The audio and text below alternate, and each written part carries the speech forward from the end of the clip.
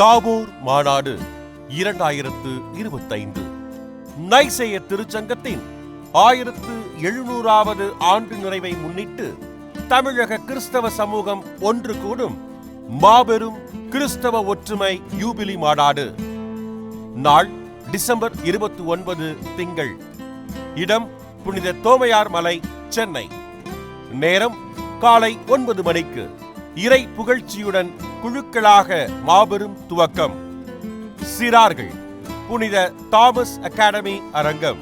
இளைஞர் புனித Dominic Anglo Indian பள்ளி அரங்கம்.